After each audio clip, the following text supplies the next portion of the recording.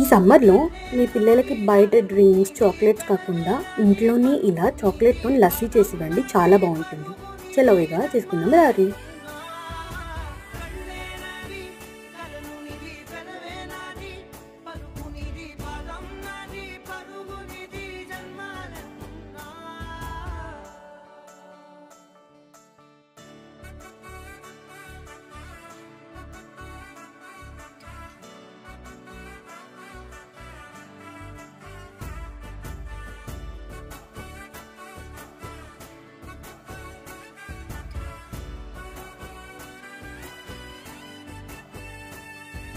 చంద్రమల్లె ఎదురు చూస్తే నదిలాగా మారనా, చైత్రమల్లె నువ్వు పూస్తే చిగురాకే అవ్వనా.